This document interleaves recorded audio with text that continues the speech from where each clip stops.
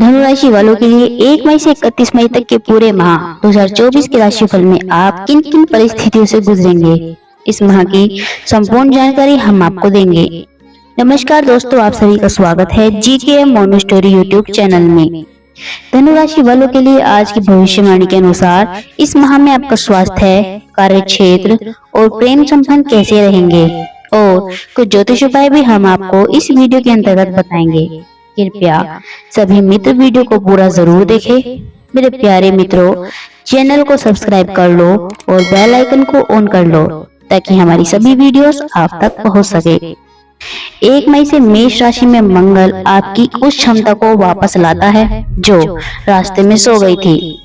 इस साहसी प्रभाव के लिए धन्यवाद। आप फिर से स्वयं बन जाते हैं।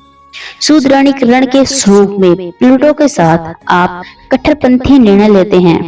बुध 15 तारीख को मेष राशि में अपना प्रवास पूरा करने के लिए साथ आप वही कहते हैं जो आप सोचते हैं और आप बच्चे के दस्ताने नहीं लेते हैं। आप सवाल पूछने में समय बर्बाद नहीं करते हैं। आप समझौते के चरण से परे जा रहे हैं। तुम अभिनय करो, इस माह बाधाएं चकनाचूर हो रही हैं। आप अपनी कार्यवाही की स्वतंत्रता को फिर से शुरू करें। 21 तारीख को सूर्य मिथुन राशि में विराजमान है। 24 तारीख को शुक्र उससे जुड़ता है और बृहस्पति 26 तारीख को ऐसा ही करता है। महीने के अंत में वादों का अंकित मूल्य पर ना ले और शायन का गीत ना सुने। इस महीने आप एक स्थायी प्रेम जीवन चाहते हैं, लेकिन जब तक आप अपने खाली समय में रह सकते हैं, बाहर जाएं और दुनिया देखें। इस मन स्थिति में आपके प्रशंसकों को अनुकूलन करना होगा। कैसे? अपने भटकाने में आपका पीछा करके यह बुद्धिमानी से घर में लौटने की प्रतीक्षा कर रहा है। आपका रिश्ता आराम के अनुभव में बसता है, हालांकि आप सभी भी अप्रत्याशित पसंद करते हैं। इस महीने आप इसकी पुष्टि करते हैं। अगर यह आपके दूसरे आधे हिस्से के अनुकूल है तो यह एकदम सही है। यदि ऐसा नहीं होता तो एक्सचेंज गर्म हो जाएंगे। आप ऐसे दौर में हैं जब किसी से मिलना या रिश्ता शुरू करना आसान हो जाता है। दूसरी ओर उस विशेष व्यक्ति के लिए आपका अनुसरण करना और आपको तब तक बनाए रखना कठिन होगा जब तक कि उन्हें अविश्वसनीय धैर्य का आशीर्वाद प्राप्त न हो। एक बेतहाशा उत्साही महीना। वास्तव में मेष राशि में मंगल आपकी राशि के लिए सामंजस्यपूर्ण रूप से स्थित है और आपको इच्छा के पंख देता है। आप जीवन को पूरी तरह से जीना चाहते हैं, खासकर अपने काम में। दिनचर्या आपको बोर करती है और आपको नवीनीकरण की आवश्यकता है। 20 तारीख से मिथुन राशि में सूर्य आपकी संविदात्मक कल्पना की ओर बढ़ देता है। आपको अपने कार्य केंद्र या अपने व्यवसाय को धूल चटाने का मन करता है।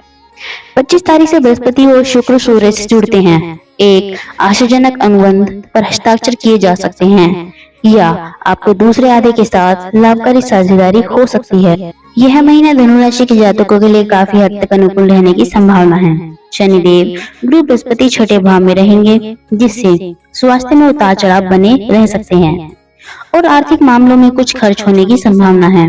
लेकिन आपका व्यक्तित्व धार्मिक रहेगा। अच्छे कामों में भी हाथ आजमा पाएंगे, जिससे समाज में मान सम्मान की प्राप्ति होगी। पारिवारिक जीवन में अशांति का माहौल आपको परेशान कर सकता है। आपका साहस पराक्रम बढ़ा चढ़ा रहेगा, जिससे हर काम को मेहनत के साथ पसंद करना करेंगे।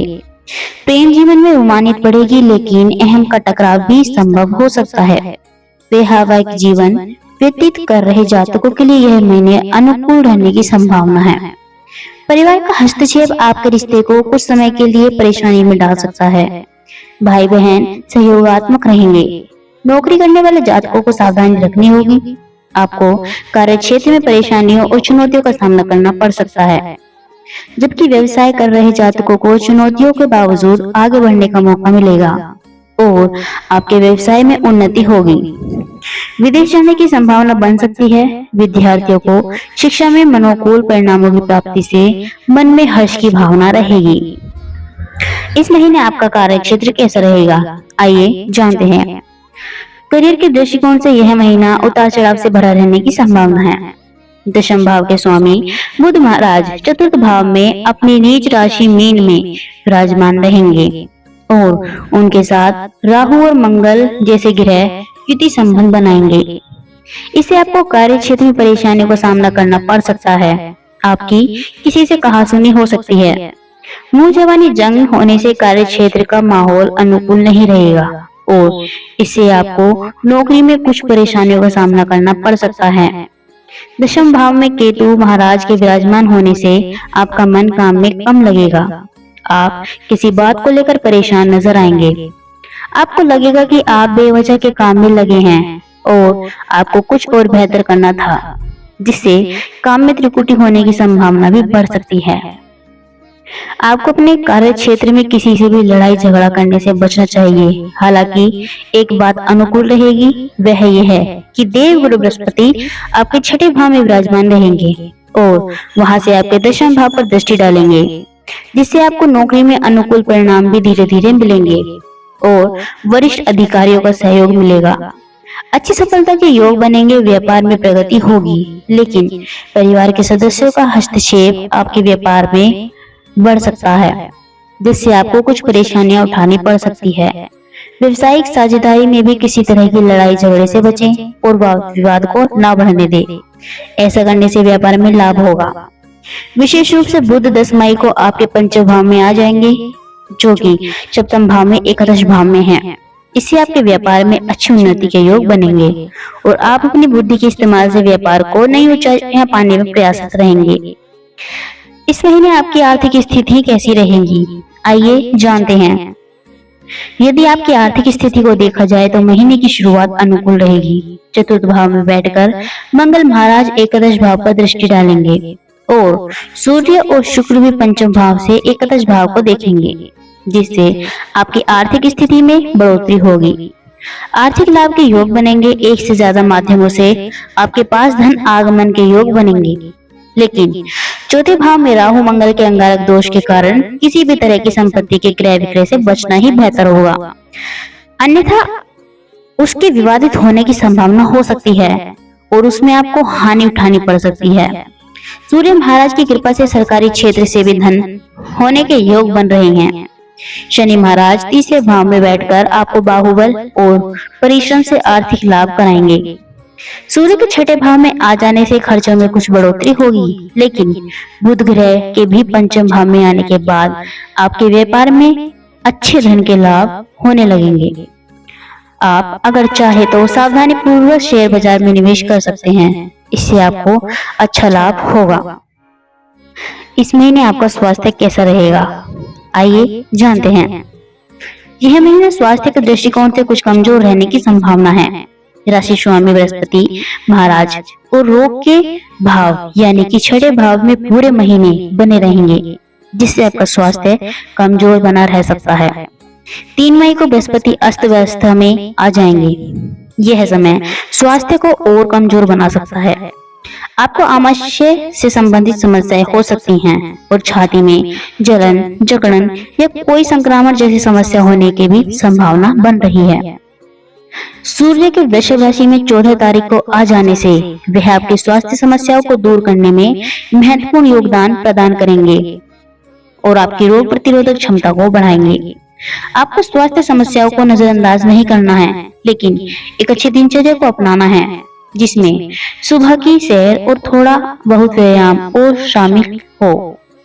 इससे आपको अच्छा स्वास्थ्य लाभ मिल सकता है। कुछ समस्याओं के लिए चिकित्सक से संपर्क करना ही बेहतर रहेगा। इस महीने आपका प्रेम व वैवाहिक जीवन कैसा रहेगा? यदि आप किसी प्रेम संबंध में हैं तो महीने की शुरुआत बहुत बढ़िया है। शुक्र के पंचम भाव में होने से आपके रिश्ते में रोमांच बढ़ेगी और यह समय आपके प्रेम जीवन में प्रेम को परवान चढ़ाने वाला होगा। हालांकि साथ में उच्च राशि के सूर्य भी विराजमान होंगे, जो आपके पार्टनर के मन में कुछ अभिमान भी बढ़ा सकते हैं, जिससे आपके बीच अहम का टकराव भी हो सकता है।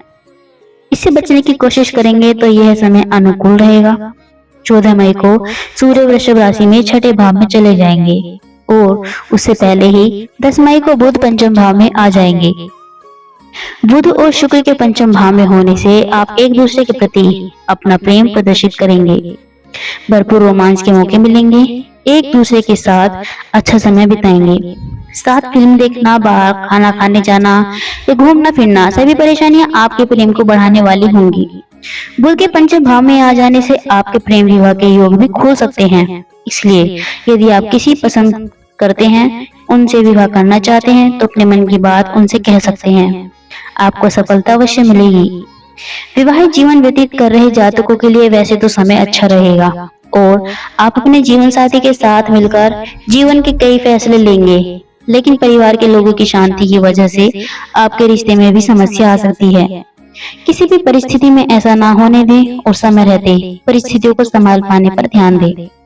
इससे सब कुछ अनुकूल हो सकता है। जीवन साथी को स्वास्थ्य समस्याएं हो सकती हैं, इसलिए उनके स्वास्थ्य का ध्यान रखें। इस महीने आपके पारिवारिक तौर पर कैसा रहेगा? यह महीना पारिवारिक तौर पर कुछ कमजोर रहने की संभावना है। चतुर्थ भाव में राहु और मंगल अंगारक दोष बनाएंगे, साथ में बुध भी स्थित होंगे, जिससे परिवार के सदस्यों में आपसी सामंजस्य का अभाव दिखेगा। परिवार में अशांति बढ़ सकती है। आपकी माताजी के स्वास्थ्य कष्ट दे सकते हैं। दशम भाव में केतु महाराज विराजमान रहेंगे। इन ग्रहों के कारण पारिवारिक जीवन में समस्याएं बढ़ सकती हैं। लोग एक दूसरे को अच्छे से समझ नहीं पाएंगे और अपने आप को श्रेष्ठ साबित करने की दौड़ लगेगी, जिसमें कुछ समस्याएं आने की हो सकती हैं। पारिवारिक कलह का रूप भी यह समस्या ले सकती है। आपके परिवार में सदस्यों का बेवजह हस्तक्षेप आपके लिए परेशानी खड़ी कर सकता है, इसलिए सावधानी रखें। दूसरे भाव के स्वामी शनि महाराज तीसरे भाव में विराजमान रहेंगे। इससे कुटुंब के लोग आपको सहयोग देंगे। आपके भाई बहनों की अच्छी स्थिति रहेगी और उनके संभव होने पर आर्थिक सहायता करेंगे और आपसी प्रेम बढ़ेगा। चलिए कुछ ज्योतिष उपाय भी हम आपको बताते हैं। पहला, आपको प्रतिदिन सूर्य देव को तांबे के पात्र में अर्घ्य देना चाहिए।